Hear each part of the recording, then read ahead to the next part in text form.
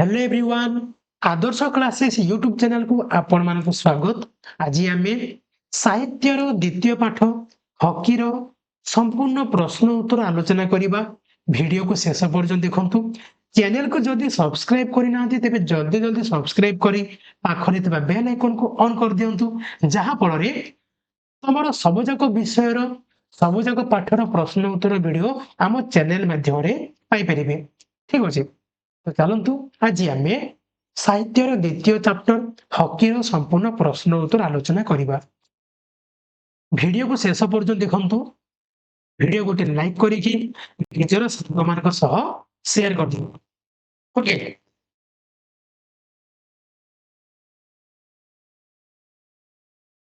तो देख प्रथमे जीवा मो बुझीबारे कौन देछि ठीक उत्तर पाखरे स्टार चिन्ह दियो।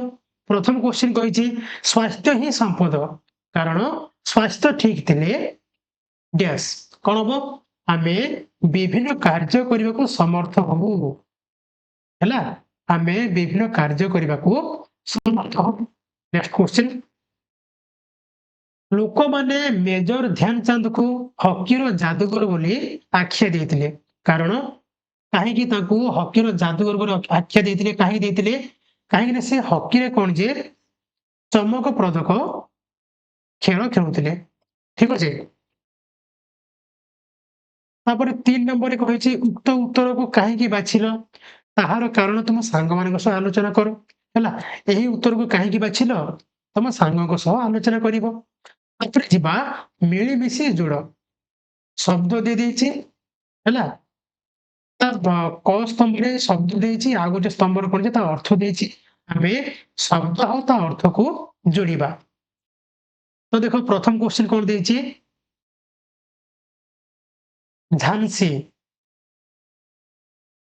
झांसी झांसी कौन झांसी होची हमर एक सहर हैला। जापान राजधानी हबनी, ये भूल देछि बहिरे तुमर भूल देछि। झांसी कोन गोटे सहर, उत्तर प्रदेश गोटे सहर जेउठारे ध्यानचंद मेजर ध्यानचंद जन्म ग्रहण करथिले हैला। तो झांसी कौन झांसी गोटे सहर। ठीक अछि। एक नंबर टा हमर 6 नंबर पाखु जीवो। तापरे हॉकी स्टिक। हॉकी स्टिक माने कोन हॉकी खेलाड़ी हाथ रे धरि खेलुथबा बाड़ी को हॉकी स्टिक कुआ जे। एक नंबर पाखु जीवो। टोकियो। टोकियो कोन टोकियो टोकियो कोन जापान रो राजधानी। ठीक अछि। टोकियो कोन जापान रो राजधानी। हमर एठारे देहिनी किंतु मन रखो टोकियो कोन जे जापान रो राजधानी हैला। टिके टिके रही तुम जो एक नंबर क्वेश्चन देखो झांसी। झांसी देखो झांसी एठारे देछि कोन हॉकी खेलाड़ी ध्यानचंद जन्मस्थान अटे हैला। हॉकी खेलाड़ी ध्यानचंद जन्मस्थान। हॉकी स्टिक हॉकी खेलाड़ी हाथ रे धरुथबा बाड़ी को हॉकी स्टिक कुआ जे। ये जीव हमर 3 नंबर पाखकू, 2 नंबर जीव 1 नंबर पाखकू। तापरे टोकियो। टोकियो कोन जे गोटे सहर, यह जापान रो राजधानी। तापर व्यायाम। व्यायाम कौन ना नियमित शारीरिक अंग चालना कौशल। नियमित शारीरिक अंग चालना कौशल। ठीक अच्छे। माइकेल किंडो। माइकेल किंडो किए ओडिशार जड़े हॉकी खिलाड़ी हैला। ओडिशार जड़े हॉकी खिलाड़ी। तापर ओलंपिक एक अंतर्जातिक खेल अनुष्ठान। ठीक अच्छे हैला। ये जो हमर टोकियो ही जो कोन एक सहर जहा कि जापान रो राजधानी। झांसी कोन हे जिवो हॉकी खेलाड़ी ध्यानचंद जन्मस्थान। नेक्स्ट क्वेश्चन जीवा वाक्य संपर्कित आलोचना कर। प्रथम क्वेश्चन कोन देछि स्वास्थ्य आमर अमूल्य संपद। द्वितीय क्वेश्चन ले कहिछि दर्शक वृंद तांको एक स्वर रे हॉकी खेलर जादूगर बोली आख्या देथिले। तो चलंतु याको हमें आलोचना करिबा। देख प्रथमे स्वास्थ्य आमर अमूल्य संपद, यार अर्थ हेउछि धन अपेक्षा शरीर सुस्थ रहिबा अधिक जरूरी। सुस्थ शरीर थिले ही आमे सब काम करि परिबा। तापरे दर्शक वृंद तांको एक स्वर रे हॉकी खेलर जादूगर बोली आख्या देथिले। ଧ୍ୟାନଚାନ୍ଦଙ୍କର ଖେଳ ଏତେ ଚମତ୍କାର ଥିଲା ଯେ ତାହା କୌଣସି ଯାଦୁ ଠାରୁ କମ୍ ନଥିଲା। ତେଣୁ ସମସ୍ତେ ତାଙ୍କୁ ଏହି ସମ୍ମାନ ଦେଇଥିଲେ କଣ ହକି ଖେଳର ଯାଦୁଘର। ଠିକ ଅଛି। ନେକ୍ସଟ କ୍ୱେଶ୍ଚିନ୍ ଯିବା। ବୁଝି ବିଚାରି ଲେଖ। ପ୍ରସଙ୍ଗଟିକୁ ଆଉଥରେ ପଢ ଆଉ ନିମ୍ନରେ ଦିଆଯାଇଥିବା ପ୍ରଶ୍ନ ଗୁଡ଼ିକର ଉତ୍ତର ଲେଖ। ଠିକ ଅଛି। ତ ଦେଖ କ୍ରୀଡ଼ା ଦ୍ୱାରା ଆମର କି ଉପକାର ହୁଏ? ତାପରେ କ୍ୱେଶ୍ଚିନ୍ କଣ ଦେଇଛି ଝାନ୍ସୀ ବୀର କିଏ? ହକି ଖେଳ ପ୍ରତି ତାଙ୍କର ଅବଦାନ ସମ୍ପର୍କରେ ଲେଖ। ତ ଚାଲନ୍ତୁ ଏ ଦୁଇଟି ପ୍ରଶ୍ନର ଉତ୍ତରକୁ ଆମେ ଆଲୋଚନା କରିବା। ଦେଖ ଖେଳ ଦ୍ୱାରା ଆମର କଣ ଉପକାର ହୁଏ? ଖେଳ ଦ୍ୱାରା ଶରୀର କର୍ମଠ ଓ ବଳିଷ୍ଠ ହୁଏ, ମାଂସପେଶୀ ଦୃଢ ହୁଏ ଏବଂ ରକ୍ତ ସଞ୍ଚାଳନ ଭଲ ହୁଏ। ଝାନ୍ସୀ ବୀର କିଏ? ହକି ଖେଳ ପ୍ରତି ତାଙ୍କର ଅବଦାନ ସମ୍ପର୍କରେ ଲେଖ। ଦେଖିବ ମେଜର ଧ୍ୟାନଚାନ୍ଦକୁ ଝାନ୍ସୀ ବୀର ବୋଲି କୁହାଯାଏ ହେଲା। ଧ୍ୟାନଚାନ୍ଦଙ୍କୁ ଝାନ୍ସୀ ବୀର ବୋଲି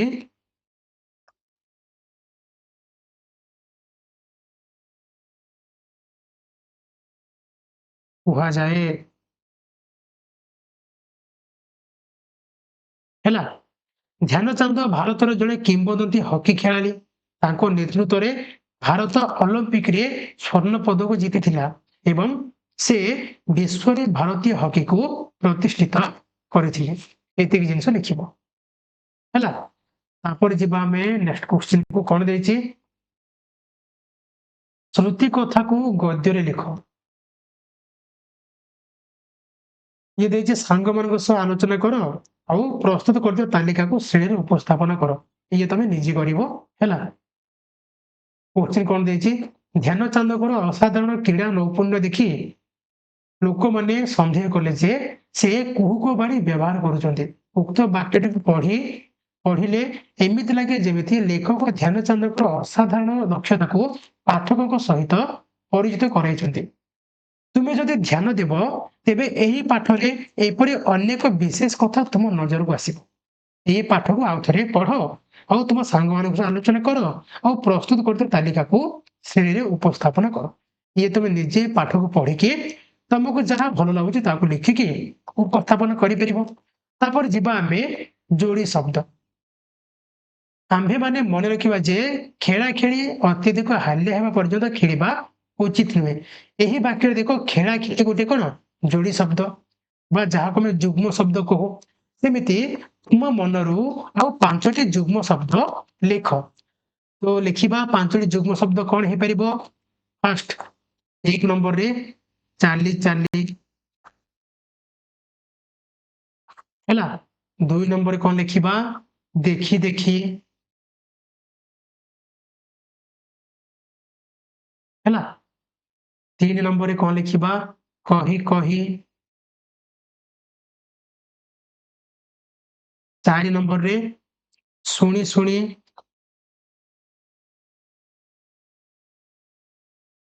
ହେଲା। 5 ନମ୍ବରରେ ହସି ହସି। ଏତିକି ଜିନିଷ ଲେଖିଦବ। ତାପରେ ଯିବା ଆମେ ଖ ନମ୍ବରକୁ। ଖ ନମ୍ବରରେ କଣ ଦେଇଛି ହକି ଖେଳର ନିୟମ କାନୁନ ପ୍ରସ୍ତୁତ ହୋଇଥାଏ। ଏହି ବାକ୍ୟରେ ମଧ୍ୟ ତମେ ଗୋଟିଏ ଯୁଗ୍ମ ଶବ୍ଦ ଦେଖିପାରୁଛ କିନ୍ତୁ ଏହି ଯୁଗ୍ମ ଶବ୍ଦରେ ଦୁଇଟି ଯାକ ଶବ୍ଦ ଭିନ୍ନ ଅଟନ୍ତି ଅର୍ଥାତ ସମାନ ନୁହନ୍ତି। ଦେଖ ଏଇ ଯୋଉ ନିୟମ କାନୁନ, ନିୟମ ଅଲଗା ଆଉ କାନୁନ ଅଲଗା ହେଲା। ଯୁଗ୍ମ ଶବ୍ଦ କିନ୍ତୁ କଣ ତାଙ୍କର ଭିନ୍ନ ଭିନ୍ନ ଅର୍ଥ। ଶବ୍ଦ କଣ ଦିଟି ଯାକ ଭିନ୍ନ ଭିନ୍ନ। ତ ଏପରି 5ଟି ଯୁଗ୍ମ ଶବ୍ଦ ଲେଖ ଯେଉଁଥିରେ ଦୁଇଟି ଯାକ ଶବ୍ଦ ଭିନ୍ନ ହେଇଥିବ। ତ ଭିନ୍ନ ଶବ୍ଦକୁ ଲେଖିବା 5ଟି ଯୁଗ୍ମ ଶବ୍ଦ। ତ ଲେଖ 1 ନମ୍ବରରେ କଣ ହବ ପାଠ ସାଠ ହେଲା। 2 ନମ୍ବରରେ କଣ ହବ ହାଟ ବଜାର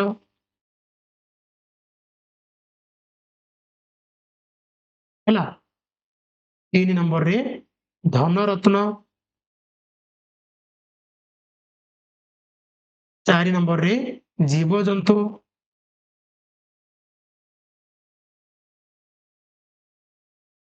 5 ନମ୍ବରରେ घर ଆଉ ଦ୍ୱାର ହେଲା ଏତିକି ଲେଖିଦବ।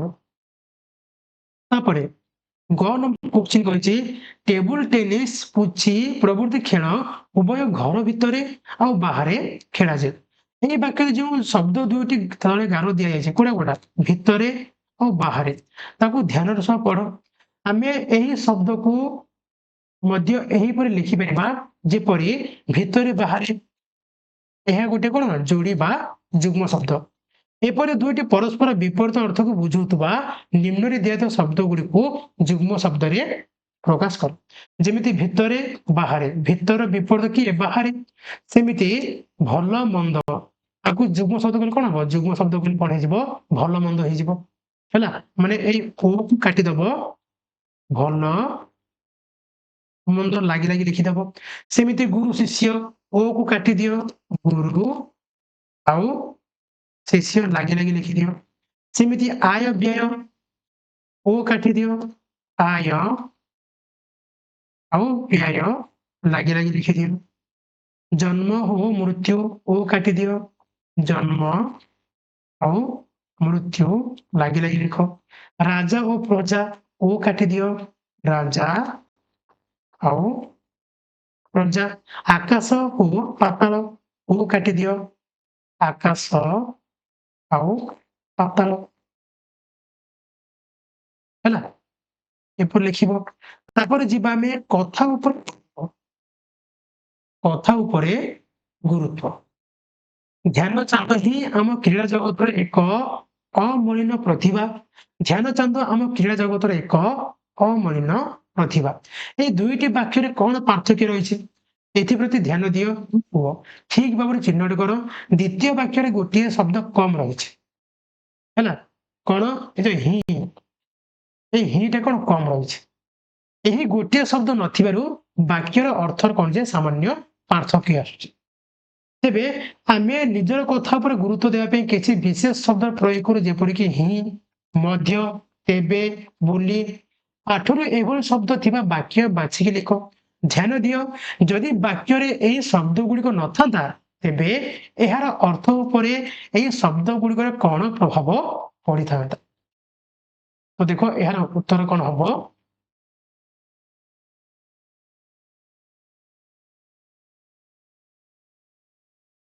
ଦେଖ ଏ ଯୋଉ ହିଁ ଶବ୍ଦଟି ଏ ଯୋଉ ଆମ ପ୍ରଥମ ଯୋଉ ବାକ୍ୟ ଦେଇଥିଲା ଧ୍ୟାନଚାନ୍ଦ ହିଁ ଆମ କ୍ରୀଡ଼ା ଜଗତର ଏକ ଅମଳିନ ପ୍ରତିଭା। ତେବେ ଯୋଉ ହିଁ ଶବ୍ଦଟି କଣ କରିଛି ନା ଧ୍ୟାନଚାନ୍ଦଙ୍କ ବ୍ୟକ୍ତିତ୍ୱ ଉପରେ ଅଧିକ ଗୁରୁତ୍ୱ ଦଉଛି। ମାନେ ଇଏ ସୂଚଉଛି ଯେ କେବଳ ଧ୍ୟାନଚାନ୍ଦ ହିଁ ଆମର କଣ କ୍ରୀଡ଼ା ଜଗତର ଜଣେ ଅମଳିନ ପ୍ରତିଭା। ତାଙ୍କ ପୂର୍ବରୁ କିଏ ନଥିଲେ ହେଲା କି ସେଇ କଥାଟି ସେ ସୂଚଉଛି। ସେମିତି ପାଠରୁ ବାଛିକି ଖୋଜିଥିବା ବାକ୍ୟ ଗୁଡ଼ିକ କଣ କଣ ଦେଖ ଖୋଜି ଲେଖା ହେଇଛି ଏଠାରେ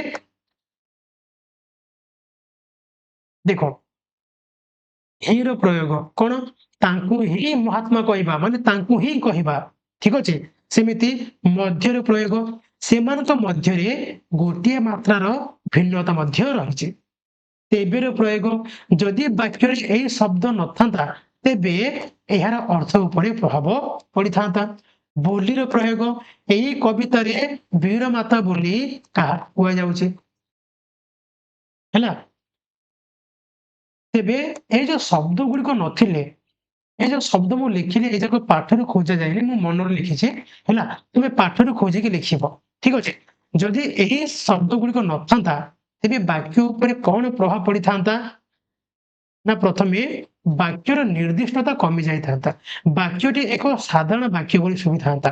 କୌଣସି ନିର୍ଦ୍ଦିଷ୍ଟ ବ୍ୟକ୍ତି ବା ବସ୍ତୁ ଉପରେ ଯେଉଁ ଜୋର ଦିଆଯାଉଥିଲା ତାହା ରହିନଥାନ୍ତା। ଯେମିତିକି ଧ୍ୟାନଚାନ୍ଦ ହିଁ ହେଲା ଧ୍ୟାନଚାନ୍ଦ ହିଁ କ୍ରୀଡ଼ା ଜଗତର ଜଣେ କଣ ଅମଳିନ ପ୍ରତିଭା ମାନେ କଣ ଗୋଟେ ବ୍ୟକ୍ତି ଉପରେ ଜୋର ଦିଆଯାଉଛି ସେ ଜିନିଷ କଣ ଆଉ ନଥାନ୍ତା।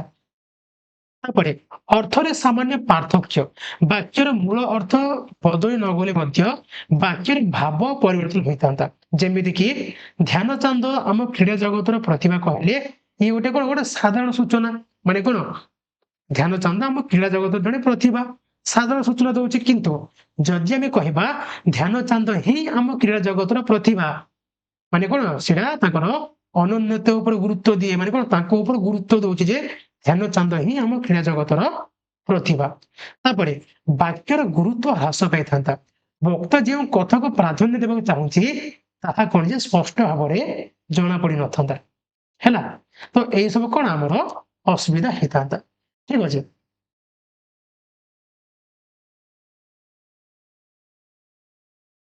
ତ ଇଏ ଥିଲା ତମର ହକି ପାଠର ସମ୍ପୂର୍ଣ୍ଣ ପ୍ରଶ୍ନ ଉତ୍ତର।